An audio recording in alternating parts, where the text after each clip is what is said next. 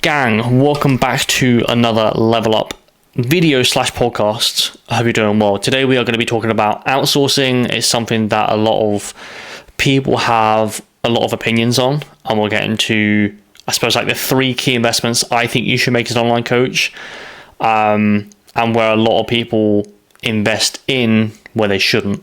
Okay, so we're going to the 3 areas that I think you should go into. Then we'll also go into areas that you shouldn't really be investing in at all, especially if you're an online coach. Okay, so 3 key areas I think you should be investing in. Number 1 is graphics and or videographer. This is mainly from, it gets your time back, so that's number 1 first and foremost, and then also the level of work would be higher for someone who is better at that role than you. So I always like to analogize like Apple, for example, right? You don't have like, I was going to say Steve Jobs, but he's fully dead. You don't have like Tim Cook making the iPhones, marketing the iPhones, doing all the technical analysis for it. It's like, no, he is a CEO. He is like the head honcho. So he gets people within the business who are very fucking good at their job, so the business grows. One of the biggest companies in the whole entire world, if not the biggest, right? Now, obviously, we can't necessarily compare Apple to an online coach earning like 3K. However, understand that most businesses have areas in which they hire to, marketing, sales, stuff like that. They hire out because they understand that if they try to do that all themselves internally, right? So not like hire experts, and the end product's not going to be that great. Okay, so if you're a coach under 3K, yeah, potentially you might have to do like areas yourself. However, once you hit 3K plus, you can start going towards graphics, videographer, etc., which again allows you to have time back, but also has the area of work, the standard is higher, because someone's going to be better at you than, or suppose like better at graphics than you if it's their full-time job, right? And also someone's going to be better at videography if that's their full-time job, right? And you're just someone who learned it on the side. This person's always going to be better, which means on your page, on your Instagram profile, the graphics are going to look better, the videos are going to look better, so you get better engagement, more eyes on your page, and then also you have more time to actually fucking coach, which means you get better results within your I suppose like coaching service, which means more leads. So you got more eyes on the page, better results, business grows. Okay. By the way, I understand why coaches don't invest. It's because they assume that their revenue is income. So say, for example, they hit 3K, it's like, that's my money. It's like, it's not. You just gotta kind of like reinvest. So yeah, I don't know if you've ever played like these. It's an analogy that I'm trying to like work, and we might work with it here. But it's like, if you've ever played like a farm game or something where you're like leveling up, and say, for example, you level up to like level 10 versus level 1, the speed in which it generates revenue is quicker if you invest, right? So yes, you'll be able to get money at like the lower end, but if you like pay for upgrades, you're going to be able to hit revenues quicker, right? And you're also going to be able to kind of like drive revenue higher as well. Okay, that's basically how I like to analogize things like videography and graphics. Number 2 is an email copywriter. Now this is a hefty investment. However, in my opinion, most coaches, or my experience, most coaches absolutely suck at actually writing, including myself. So I outsource. I think that most coaches could and will benefit from an email copywriter. It's a hefty investment, but with the amount of time it will save you and the amount of money that it will actually get back in the long run, absolutely worth it. Okay, and kind of like, depending on when this comes out, it's the 8th of April right now. But last week we had like an outage with Instagram. So understand, if you have an outage with Instagram and you've got an email list, then voila, you can basically like prompt people on that email list when Instagram's down, right? We can't just solely rely on Instagram.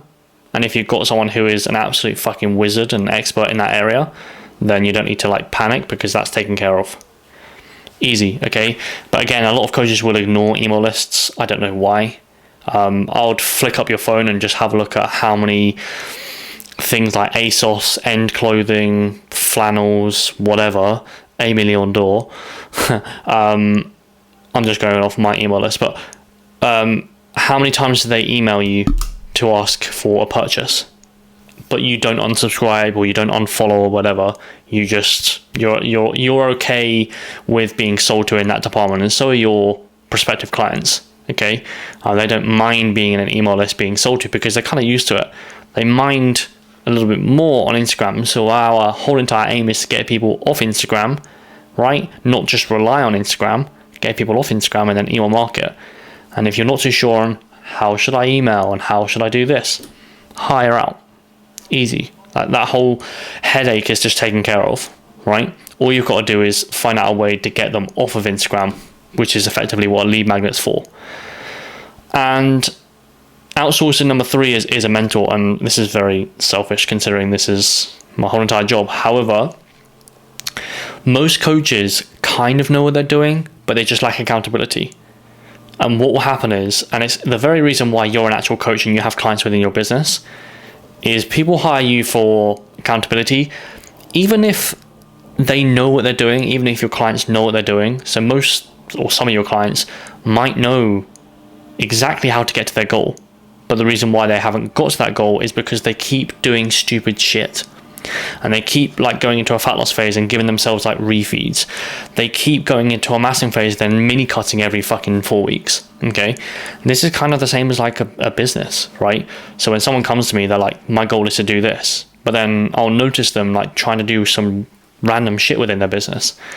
And the reason why they haven't got to that goal that they set out is quite simply, they just keep changing the message.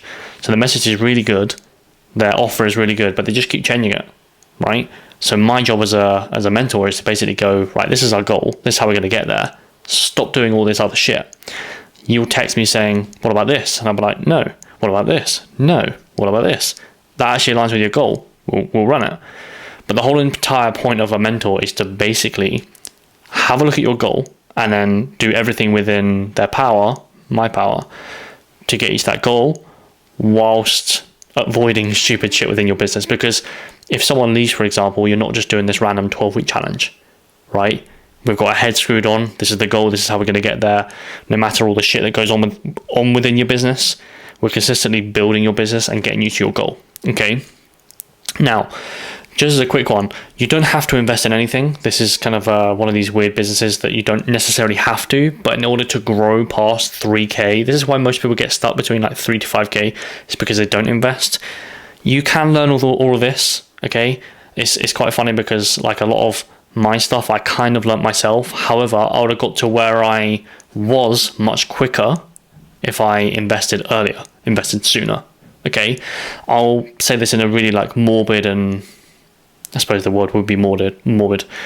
You're on this earth for a very, very short amount of time, so you don't have that much time, right? So you can either get to a goal fast with 2 things: learn it yourself. Okay, so learn the skill yourself and then apply. You're going to have a lot of like trial and error here, so it's going to take a lot more time, or you just pay someone to get you there. Okay, and it sounds so morbid, but essentially we just want to, especially with online coaching, it's one of them ones where realistically you've got like 21 maybe until about 40 until you have to get out. You've got really like 19, 20 years. It's very rare that you'll see people on Instagram who are a successful online coach who's like 40 plus going into their 50s. Okay, so this is very much like a young man's game, young person's game. So get in, get money, retire. That's the ultimate goal.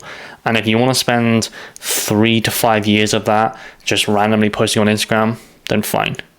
However, if you want to make some serious money, get in, get out, have financial freedom, then invest. Okay, in them 3 specifically. Okay, that was a very morbid one, but it's the reality of online coaching businesses. Okay.